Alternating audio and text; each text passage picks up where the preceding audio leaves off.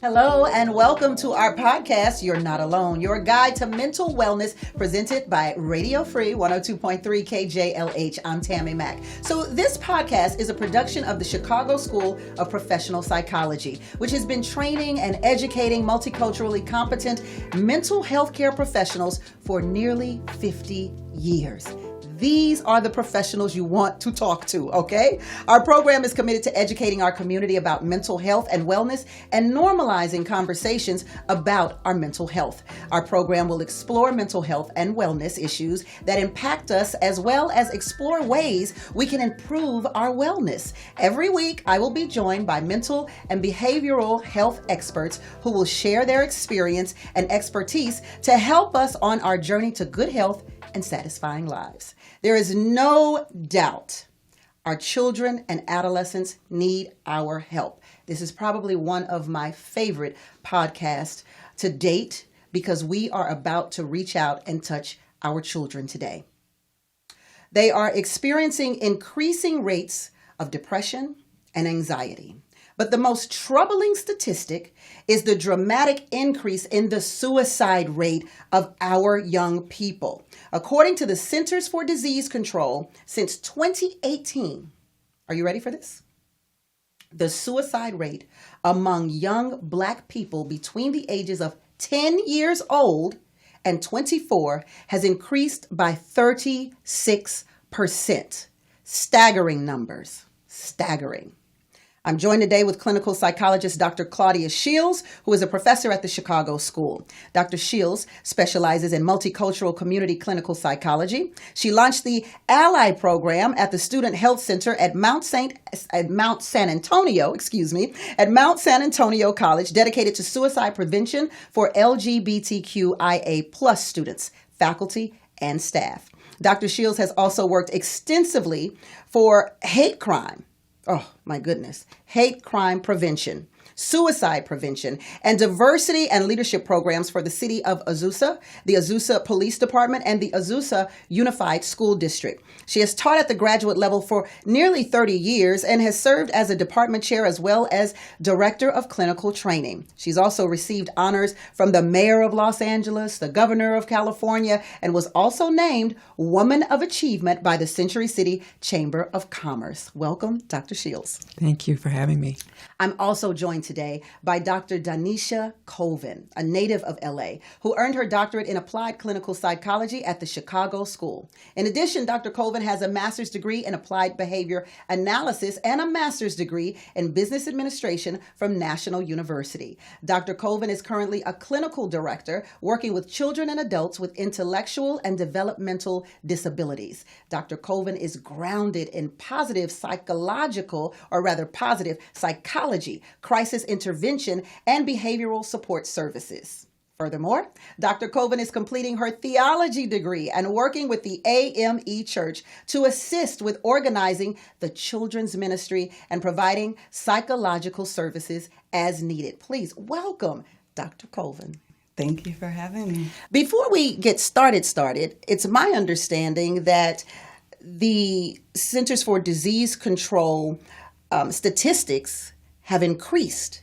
I said 36% at the top of the show, but the numbers are even worse, Dr. Shields? So the Congressional Black Caucus did a study, and they found a 73% increase in suicides among African American youth. So 73% increase as opposed to 36%? So I think the number you were saying, was that 36% of the people total, or was that an increase? Increase. Okay, so yes, it's much. The increase has been far greater. In fact, our people have the highest increase of any group in suicide.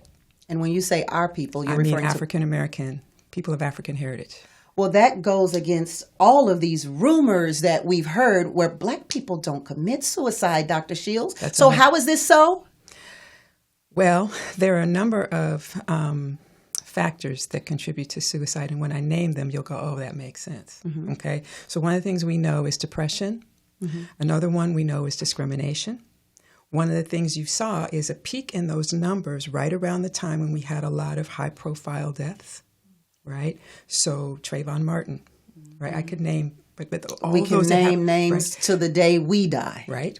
Yeah. Hopelessness and worthlessness. Yeah. Those are predictors of suicide. Those are things that have impacted our community.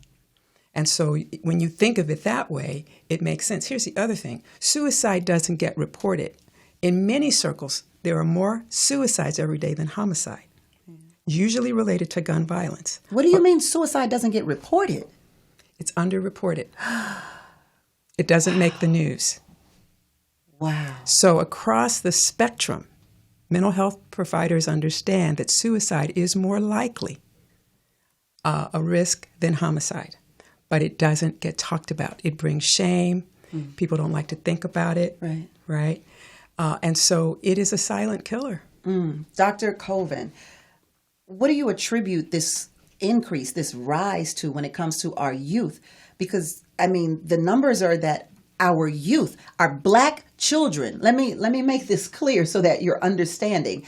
Our Black children are committing suicide at high rates now. And those rates have increased from 36% to 76%. Why? It's a lot of different factors. And Dr. Shields kind of mentioned a lot of them, but I like to think about it's a level of acceptance that we need for our youth. They want to feel accepted. We have different things from not just being Black, but being a part of the LGBTQ community, right? The conflict between faith and culture, Ooh. That's a whole nother topic. Yes. And then we also have social media. It's like going to school, you already have to deal with your peers and bullying and things like that. When you add social media, now we have another level of access where people can bully you cyberly, and that adds to the mental health. We look at foster kids as well. A lot of times that they have these adverse childhood experiences, which mean off top, you're guaranteed to have obesity, depression, anxiety, PTSD, a lot of other medical concerns, and so like the list can go on. When we talk about our youth feeling worthless, where do either of you think that comes from? Because what I get from young people that I work with all the time, right, is they don't want to hear about that slavery stuff. They don't want to hear about that old stuff. So if they're not attached to the history of Black people in America, how can they feel worthless? They're not attached to that thing that grandma or great grandma is attached to. And it seems to me, I see you laughing, Dr. Shields, No, but I'm it not seems laughing. to me that the kids today, our youth today, are more confident. They have more opportunities. They make more money. So where is this worthlessness coming from? Well, I think that it comes from what we're seeing, what we're learning in the news. So we just lost or almost lost this young man, Ralph Yarl. Right? He is an honor student, taking college classes in high school, in the band, accomplished. He cannot make the mistake of ringing the wrong doorbell without getting shot in the head. Right. When we say Black Lives Matter, we're told to be quiet. Just saying that our lives matter is often taboo. So it's not, the reason I was smiling was to say. No, I understood. It's not that it's just history. It has happened today. Yeah. Right? I get it. We see our kids getting murdered and folks walking. Right? There's no accountability. That tells us our lives are not valuable. And so they're watching this every day on social media. Yes. Right? Yes. Yep. And social media, which I say all the time on my radio show, it's consistent. You know, it repeats itself. So I could hear about Trayvon Martin for the rest of my life in my scroll. It's coming up, it's coming up, it's coming up. I can watch George Floyd die every day. It's coming up, it's coming up, it's coming up. So I can believe that is a part of why our youth today would feel worthless. Yes. It's discouraging. Yeah. You see it in your feed all day. And even with the example, like he was really good in school, but to come home and then you unpack and just feel like, I'm not even good enough. Like, no matter how great I am, it's still not good enough. Oh, wow. So are there any specific groups that are more vulnerable than others, groups we should pay close attention to outside of our own? Oh, go ahead. I was just going to ask you, when you say outside our own. Outside of the Black. I would say LGBTQ plus IA, some of the highest rates of hate crimes are among those groups.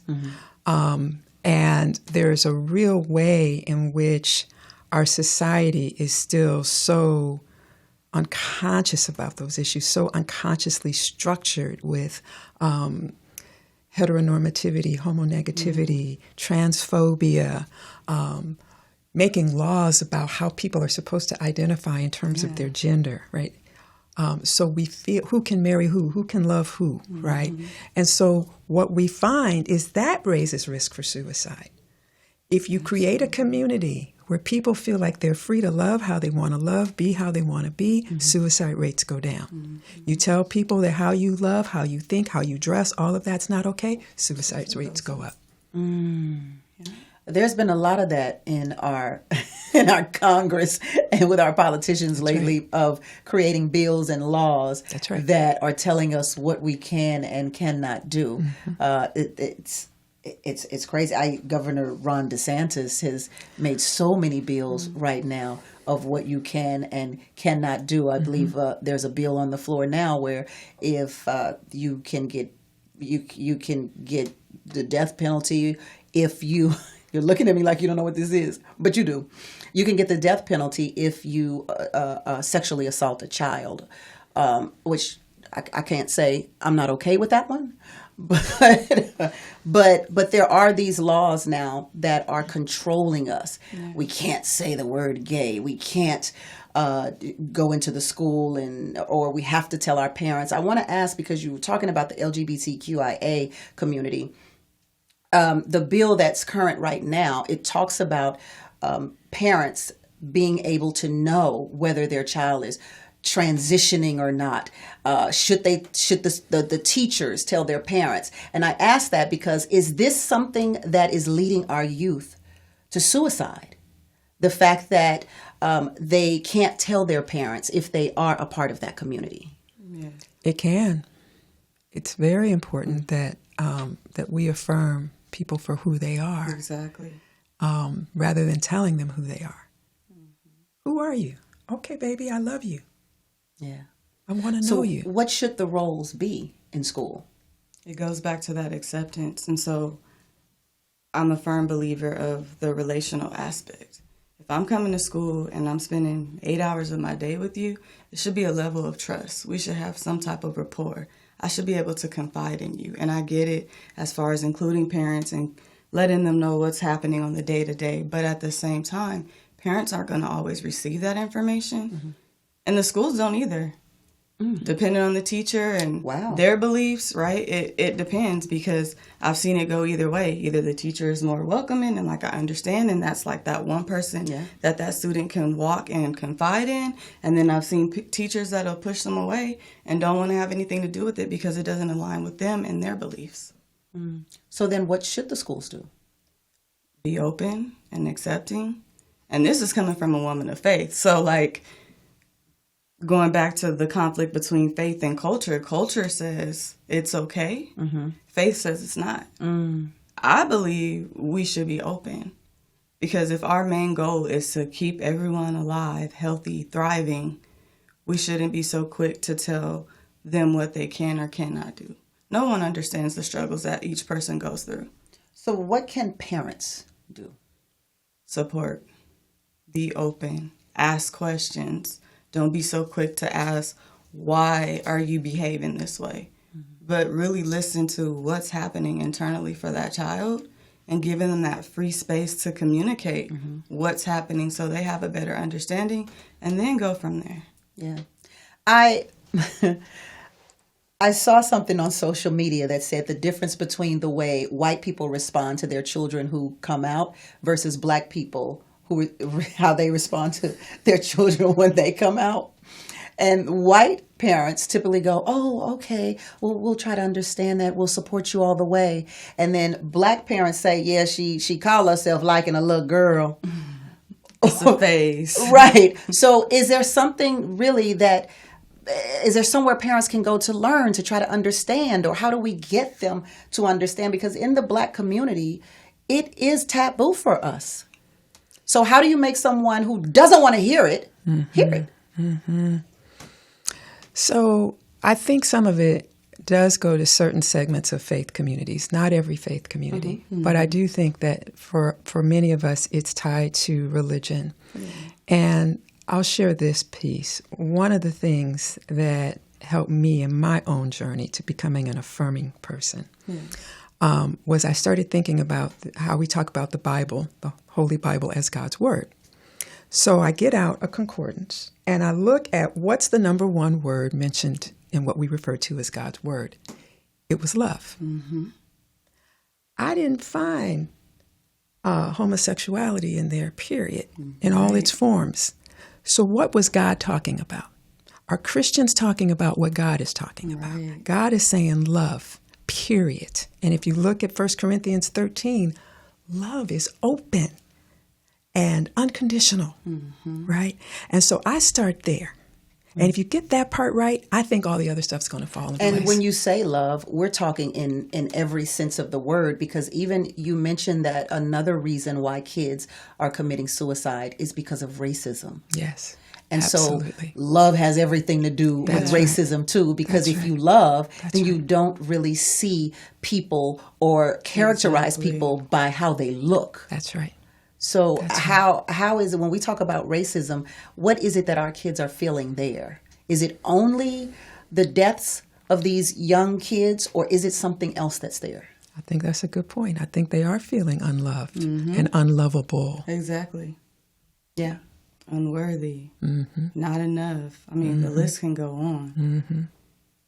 So what can you tell our young people that can help them cope? That's a good Dr. question. Colvin? That's a good question. And, you know, one of the things, so for me is, because you hear like, oh, everything's okay. And like, you know, you're fine. But it's actually okay to not be okay. And I feel like we put so much pressure on our youth that they have to be perfect. They have to follow the social norms. Like they have to be this person that they don't always fit that criteria for. And so it's okay to be different. I say dare to be different. Like, be you. We're all uniquely created. We're all individuals. And when you try to fit the mold, you'll always constantly find yourself trying to figure out why you don't necessarily fit. So for any of the youth that's listening, be you. But also you have to have that level of resilience, and that'll come with time. You got to have that thick skin if you're in the LGBTQ community. Like, it's even in faith, like you have to set your mind on something and know what it is that you want. Believe in yourself, because we could believe in you, but doesn't that come with time though? Yes. Like no 12-year-old is gonna know who they are, what they are, or do they? I don't know.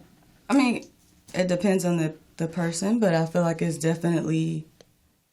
Like you grow into yourself, right? You grow into yourself, right? Dr. Shields? Well, I think it's one thing to know who you are and another thing to know your value. And so when we are open and inclusive, we go, baby, whoever you are, whoever you turn out to be, I'm going to love you, period. You, who you are today is going to be different than who you are 10, 15, 20 years from now. I'm going to love you. And that gives a person freedom to explore and find out. One of the things I think we often do is we give people these tiny little boxes they have to fit in. You get to think this way, be this way, dress this way, eat this way, and if you do anything outside that box, you could die. Literally, if you're Black in America. So are there any programs that you believe can be effective for our youth today, Dr. Colvin? I feel like we spend too much time in front of screens. When I grew up, we were outside playing tag. Well, they would call you like a dinosaur, Dr. Colvin. Like, I know 14-year-old trying to hear about you walking in the snow barefoot 45 miles to go to school. We got to get active. Like, we definitely need to get active. We have these social media and these websites that glorify depression and suicidal ideation and just suicide altogether. If we could learn how to curb that and get into community, get into welcoming environments, getting into academic, like sports, anything outside of social media. I think that's a start. Yeah. So any programs that you believe are more effective? Talking to kids. Whenever I show up and talk to a group of kids, like if I go to, bring your parent to work day, and I talk about being a psychologist, I always get my little pitch in there about suicide. And every single time, at least one kid comes up and says, I'm thinking about it right now. We have literally gone from an auditorium to the hospital with kids that were suicidal. I tell kids, look to your right, look to your left, right? Probably there are, you're surrounded by people who are thinking about ending their life right now. If somebody makes a joke about it, stop, say, whoa, are you serious? We need to get you some help. Always take it seriously. Most people who end their lives tell somebody first, and then the person's like, oh, I didn't take them seriously. I thought they were just, right? So educating people in churches, in schools, in the grocery store, wherever. And most people want the pain to stop, not their life to stop. So if we can get them to realize that the pain can stop, then their life can go on. Yeah, you are not alone. Really, you aren't. Thank you for joining us today. I want to thank my guests, Dr. Claudia Shields and Dr. Danisha Colvin, for being on our program. And for more information about the youth mental health crisis, including ways to support your own children or yourself, please visit our websites below and those links below as well. We'll have some resources as well as more information about our guests. All you got to do is click right there. We hope you will come back and join us on our next program. And remember, we wish you well on your journey to good health and satisfying lives. I'm Tammy Mack.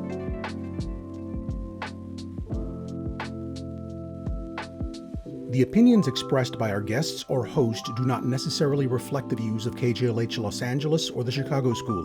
The Chicago School or KJLH Los Angeles are not responsible for the consequences of any actions based on information or resources provided in these programs. The Chicago School and KJLH Los Angeles disclaim any liability related to any podcast content.